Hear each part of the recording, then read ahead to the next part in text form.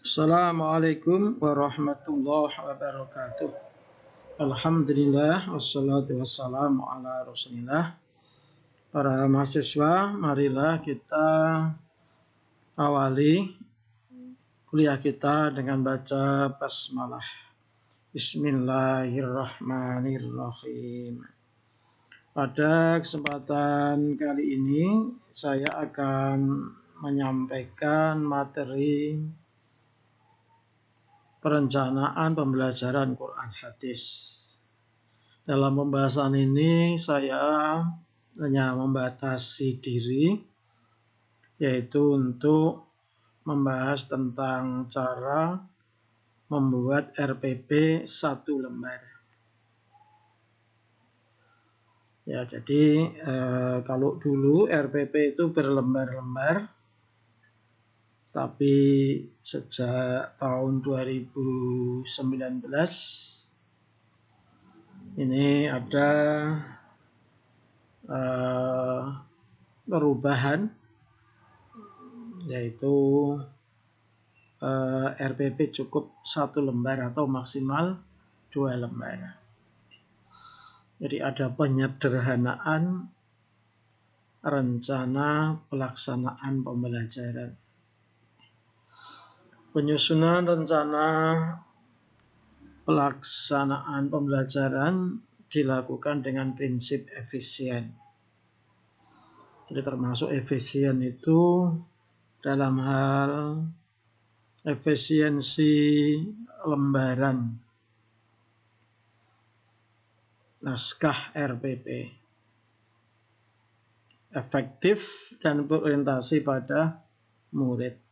Jadi dulu guru itu sangat terbebani dengan administrasi RPP. Jadi RPP bisa terdiri dari berlembar-lembar. Jadi dengan 1 lembar ini cukup efisien, tetapi sisi efektivitasnya tidak dikesampingkan.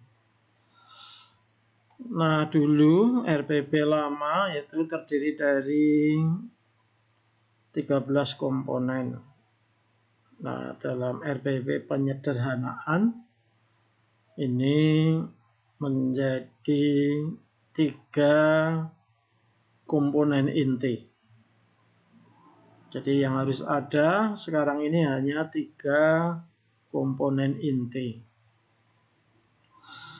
Yang pertama yaitu tujuan pembelajaran. Kemudian yang kedua, langkah-langkah atau kegiatan pembelajaran. Dan yang terakhir yaitu penilaian pembelajaran. Jika seorang guru mau melengkapi dengan komponen yang lain, itu sifatnya adalah pelengkap. Misalnya komponen metode, komponen media, nah itu bersifat pelengkap.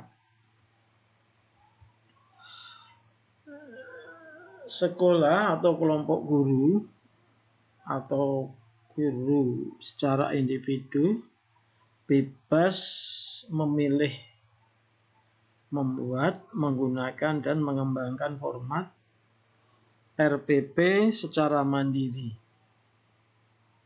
Jadi ini salah satu implementasi dari belajar merdeka.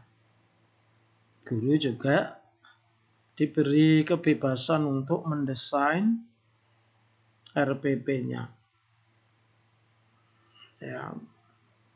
Jadi tadi misalnya kalau antara satu RPP dengan RPP yang lain itu ada perbedaan, ya perbedaan redaksi misalnya, itu tidak jadi masalah.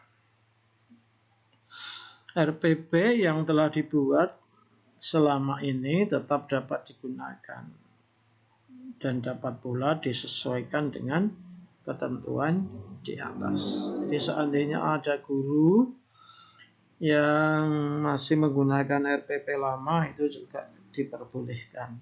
Tetapi sekali lagi kurang efisien. Sehingga karena guru merasa berat selama ini membuat RPP, sehingga banyak kali guru yang hanya copy paste dari RPP orang lain tanpa memahami. Dan bahkan yang paling fatal yaitu membeli RPP. Dalam istilah para guru itu ndandake itu membayar orang untuk membuatkan RPP. Jadi peran RPP dengan demikian hanya sekedar sebagai pelengkap administratif, bukan menjadi panduan atau guidance dalam proses pembelajaran. Jadi RPP itu ibarat kita mau membuat rumah, ya, maka RPP itu adalah salah satunya adalah gambar rumah, ya, atau termasuk berapa anggarannya. Ya, jadi kalau orang membuat rumah tanpa perencanaan, tanpa gambar, tanpa anggaran, maka proses pembuatan rumah tidak akan menghasilkan rumah yang seperti diharapkan. Nah, untuk Quran hadis ini saya ingin memberi contoh RPP 1 lembar. Cuma kalau di presentasi ini saya buat beberapa lembar. Jadi ini contoh RPP Quran hadis untuk satuan pendidikan Madrasah Aliyah Negeri. Ya. Ini saya ambil contoh, ini Madrasah Aliyah Negeri 1 Yogyakarta. Kelasnya kelas 10. Semesternya semester genap. Tema pokoknya yaitu pokok-pokok isi kitabku. Ya. Kemudian pembelajaran keempat. Ya. Lalu alokasinya 2 kali 45 menit. Jadi ini sudah ada patokannya atau standarnya.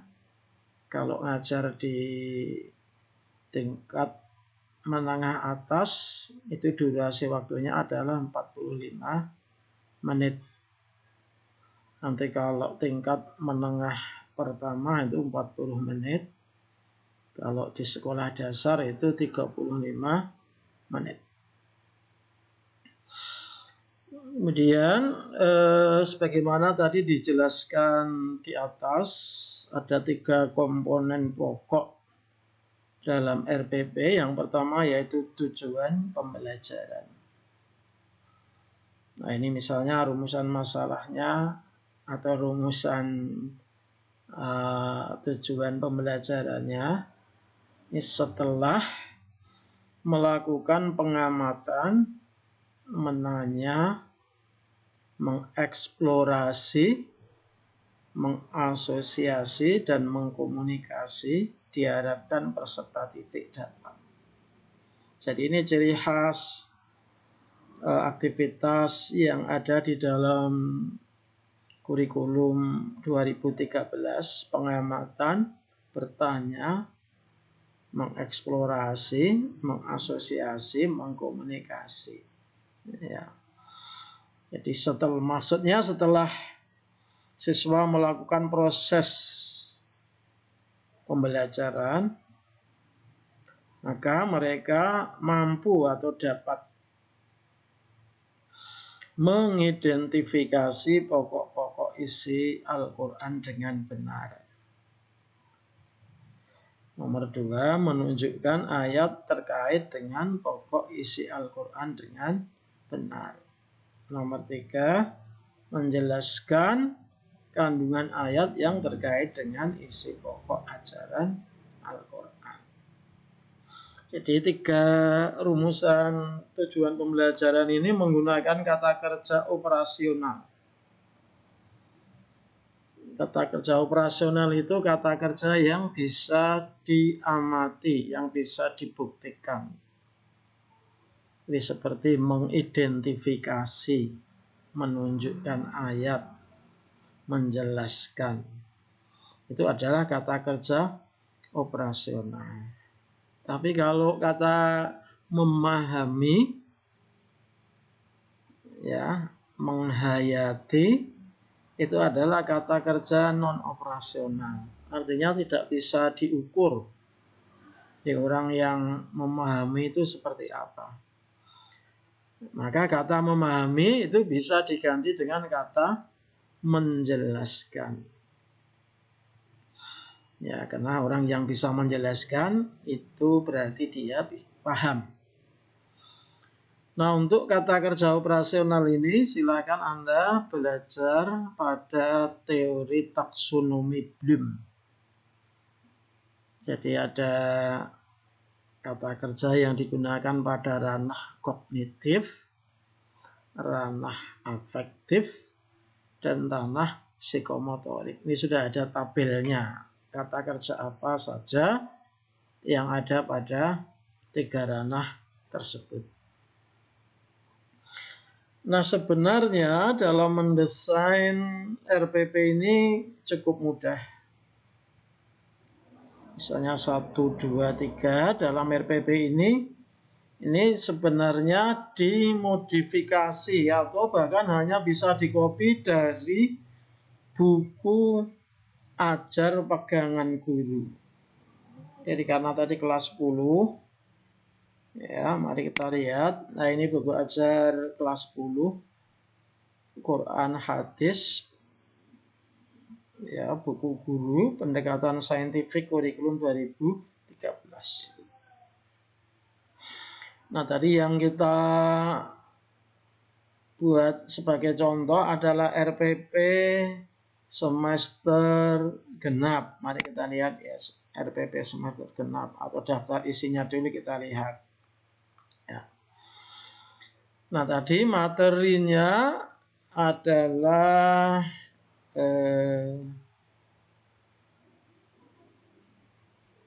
pokok isi kitabku bab 4. Ya. Pokok isi kitabku. Jadi di sini sudah ada kompetensi inti, kompetensi dasar, indikator pembelajaran, tujuan pembelajaran. Jadi yang kita kutip adalah pada poin D ini. Tujuan pembelajaran. Mari kita lihat halaman 50. Ya. Halaman 50.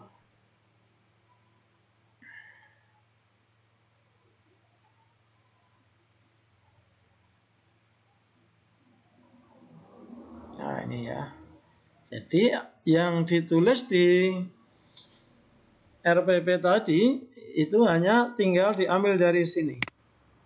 Nah, diambil, di paste, jadi hanya sekedar copy paste boleh.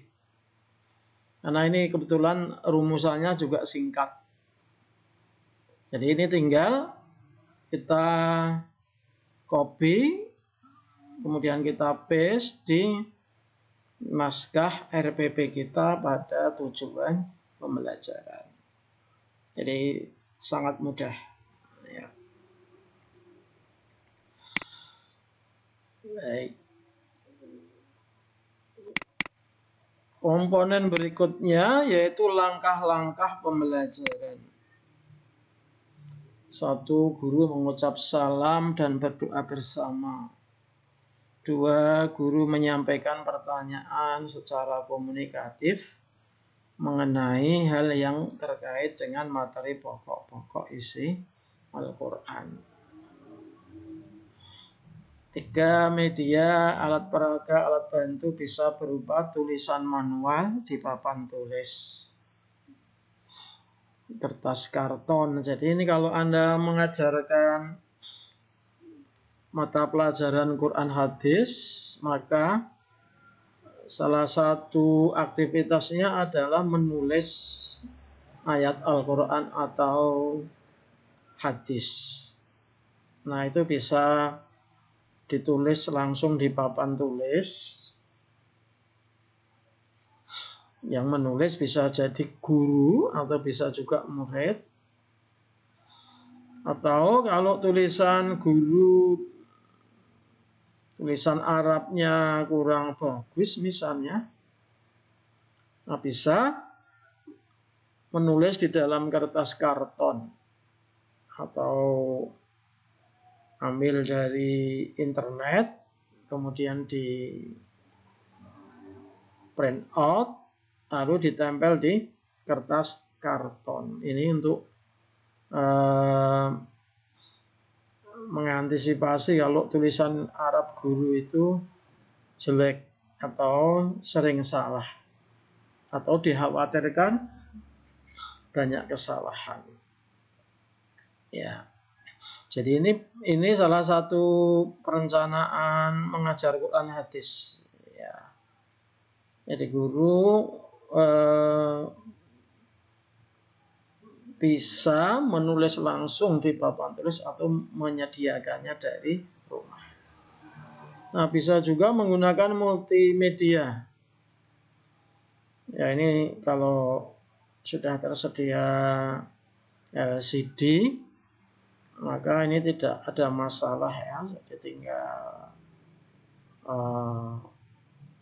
mengambil redaksi ayat Al-Quran atau hadis. Nah, dari mana mengambilnya? Sekarang Anda bisa mengambil dari internet. Jadi Anda tinggal ketik saja misalnya surat Al-Asr. Nanti sudah akan muncul ya. Misalnya dalam format gambar. Ya. Jadi tinggal di cropping saja, nanti bisa dimasukkan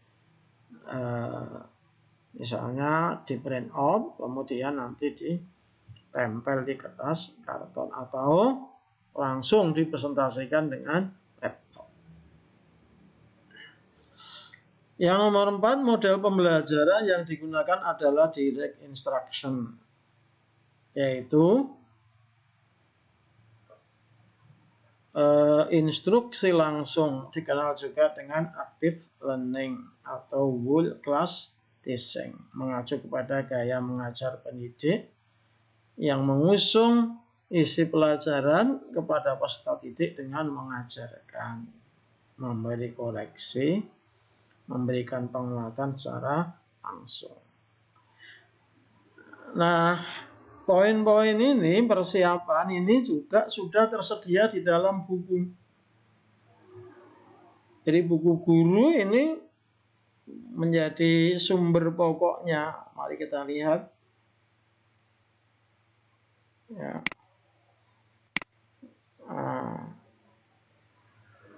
Nah ini ya, jadi tadi redaksi-redaksi itu dari sini, tapi ini jumlahnya banyak sampai F.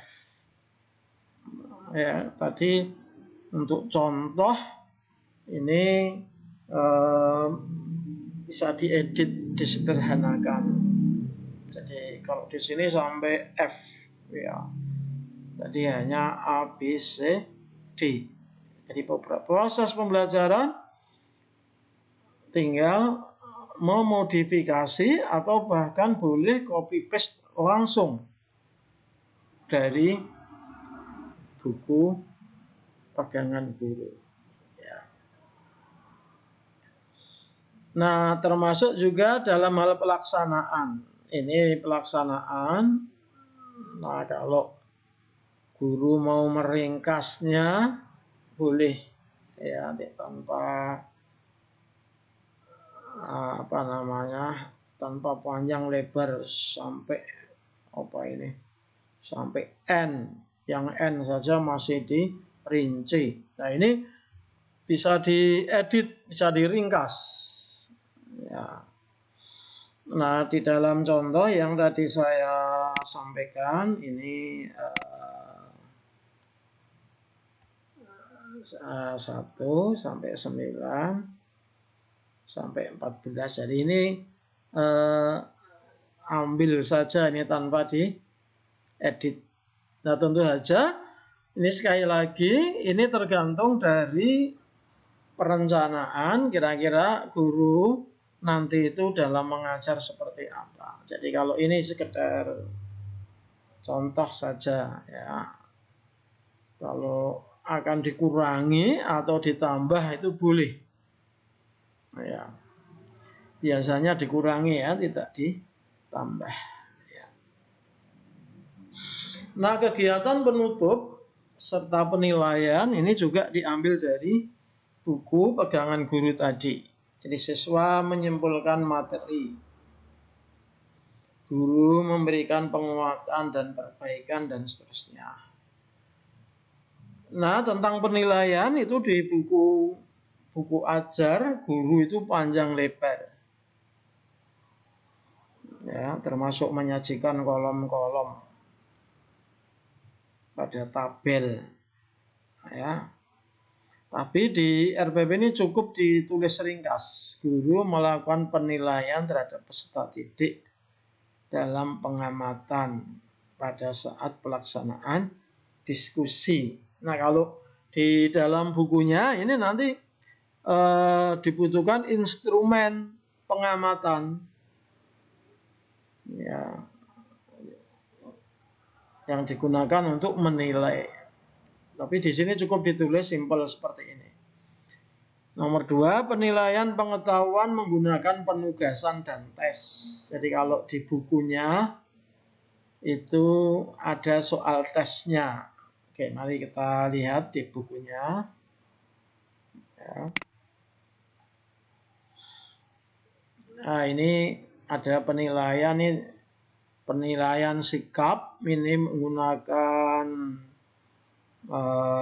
observasi.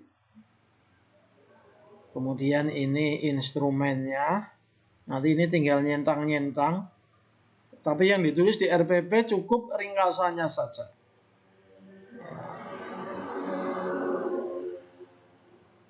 Nah, kemudian penilaian kognitif. Ini penilaian kognitifnya dibuat soal multiple choice item. Jadi model pilihan ganda isi pokok ajaran Al-Quran ada 6 yaitu. Nah, jadi kalau di buku ajarannya ini sudah lengkap, tetapi sekali lagi yang ditulis di RPP-nya tinggal poin-poinnya saja. Ya.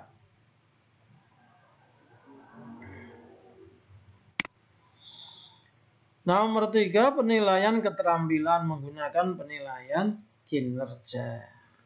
Yang sudah ada ya di contoh tadi. Ya, di buku guru ini sudah ada. Ya. Nah, demikian ya ini cara mendesain atau membuat RPP. Jadi praktis. Kalau bentuk-bentuk yang lain yang berbeda ini dimungkinkan. Jadi tidak harus seragam. Nah, lembarannya itu maksimal 2 lembar. Ya, 1 sampai 2 lembar. Contoh lain untuk RPP ini. Nah, ini kebetulan ini contoh RPP online. Ini lebih simpel lagi. Ini kebetulan untuk SD kelas 1 PAI. Nah, ini diajarkan di sekolah negeri. Ya. Temanya Aku Cinta Al-Quran. Tujuan pembelajarannya melalui pembelajaran jarak jauh menggunakan aplikasi WhatsApp dan bantuan modul pembelajaran, peserta didik dapat mengucapkan lafaz basmalah. Jadi mengucapkan itu kata kerja operasional.